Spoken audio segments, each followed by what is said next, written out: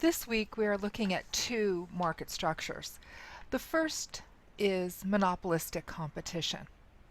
As its name implies, it has characteristics of both monopoly and perfect competition.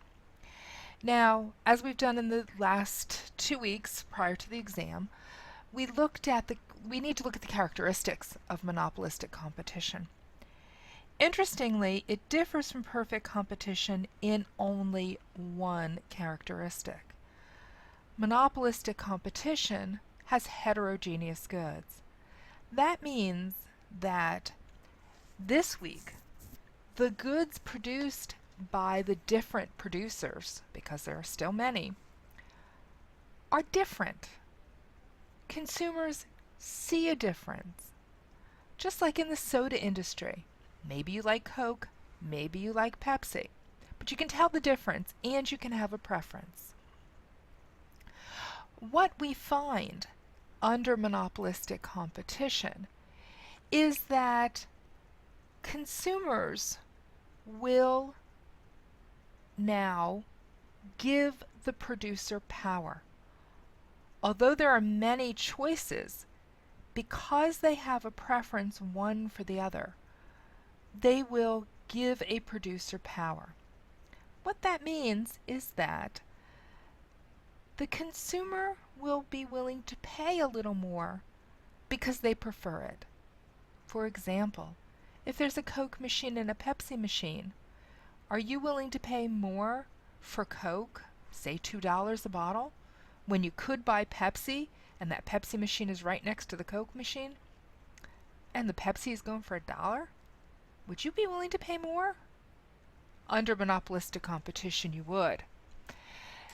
So we need to draw a picture that reflects both the monopoly and the perfect competition that is going on.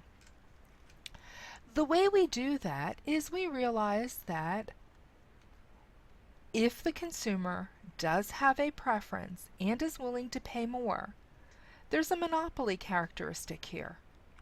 So we have to have a downward sloping demand curve, just like we saw under monopoly. But there are alternatives. If the firm tries to act like a pure monopolist and charge a whole lot, they're going to lose customers. So the way we bring the perfectly competitive and the monopoly into the same picture is as follows. We realize there's going to be a downward sloping demand curve, but we make it much shallower. It's not quite as steep as the demand curve would be for a monopoly. All right, so this is our demand curve. Now, if we recall from when we looked at monopolies, we realize that our marginal revenue curve is going to lie below the demand curve, and so we see something like this. Again, shallower than it would have been under monopoly, but still a downward sloping curve. All right, so again, we're going to assume that this firm, although it is a monopolistically competitive firm, still wishes to maximize its profit. That means, as you well know, that they are going to produce at the point where marginal revenue equals marginal cost. So here it comes again, our marginal cost curve. Let's label that.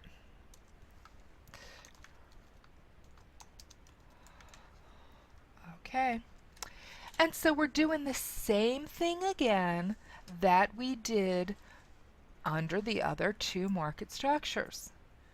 We are a monopolistically competitive firm, and we want to maximize our profit. So again, we find our quantity first. Always remember, find your quantity first. Okay. That gives us, let's label our Q. Quantity at equilibrium. But now we want to find our price. Again, we find our price at this quantity. We go up to our demand curve, and then we read the price off the demand curve. So let's label our price. And there we go. We again have found profit maximization. Now keep in mind, this picture does look much different than both perfect competition and Monopoly. Remember, the main difference is the slope of the demand and marginal revenue curves. Demand for a product under monopolistic competition is more elastic. Again, we've got options, we have alternatives, so we will see a more elastic demand curve. Just because of time, I am going to end this video, and I'm going to make another video for oligopoly. So don't forget to check out the second video on oligopoly. See you in a minute. Bye-bye.